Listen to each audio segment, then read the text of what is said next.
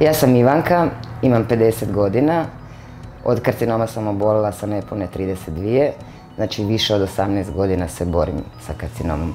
Zapravo ne borim se, mi smo sustanari. Svi mi na početku kažemo hrabar sam, prihvaćam, ali zapravo zaista treba jedno izvjesno vrijeme da se to zaista i prihvatim. Jer ja volim reći, ja poštujem svog neprijatelja, odnosno u ovom slučaju karcinom dojke, jer bez tog poštovanja prema istom mislim da ne bi bilo puta za dalje. Omalovažavati bolest nije dobro, da se razumijemo.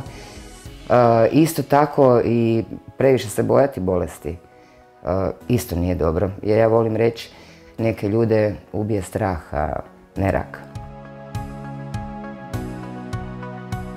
Nego ja sam operirana prije više od 18 godina, pa sam bila mirna jedno 2,5 godine, pa se poštovani vratio i onda sam opet bila mirna neko vrijeme, pa se opet vratio i tako. Mislim, neodoljiva sam, pa mi se stalno vraća, ne znam šta bi rekla. Rak dojke, nakon nepune 3 godine, rak se vratio na pluća, oba plućna krila, međurebrano tkivo, sad da ne objašnjavam previše, na kosti, na rebra.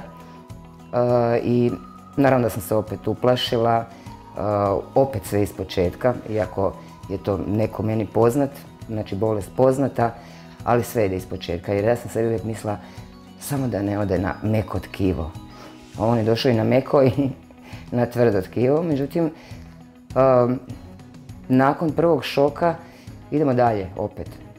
Uvijek sam nekako rekla, a Bože daj još 1 godinu, 2, nešto će novo smisliti, tako i bilo. I ja sam nakon raka, odnosno metastaza na plućima i kostima, bila mirna nakon terapija, pa dobrih 9-10 godina.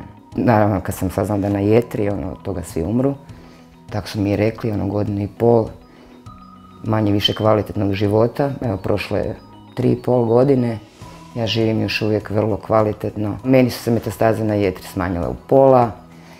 U potrebušnici se ne vide, ne znam, jesu se sakrile, pritajile, što god, ali se ne vide i ja se osjećam odlično. Ja živim, ja radim, ja pjevam, ja pričam, ja pišem. Živim. Živimo, moj rak i ja.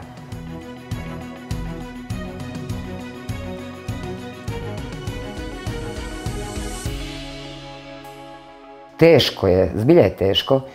Kad vi godinama imate rak, ne razmišljate o tome. Meni je uspjeh za svakoga, ako proba bar nekoliko sati da mu ne dođe u misao to da ima rak. Puno ljudi koje sam srela, puno žena, znaju reći, ljudi su se promijenili od kako sam se razbolila, ljudi su se promijenili, prijatelji su otišli. Ja bih rekla da uvijek treba krenuti od sebe. Nemoguće je da nas bolest ne promijeni.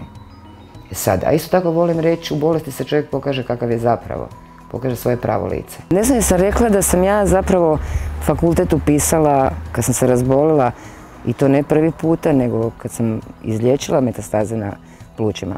Tad sam odlučila probati, oduvijek sam željela, životni put mi je bio drugačiji i htjela sam sebi dokazati da mogu, kao prvo sebi. Upisala sam fakultet, zaposlila sam se, vrlo brzo sam napredovala na poslu. Zašto? Koja je moja formula? Ono što mogu reći svim ženama, ja sam našla neviđenu hrabrost u ovoj bolesti. Ne hrabrost da samo živim i da preživim svaki dan, nego hrabrost da probam neke stvari koje prije bi se ustručavala i pitala bi se, a šta ako ne uspijem? U ovom slučaju opcija neuspjeh uopće nije postojala. Znači, kako sam se borila i htjela boriti i srčana bila u bolesti, tako sam i u životu tu srčanost i energiju prenijela, da me zapravo ništa nije bilo strah probati.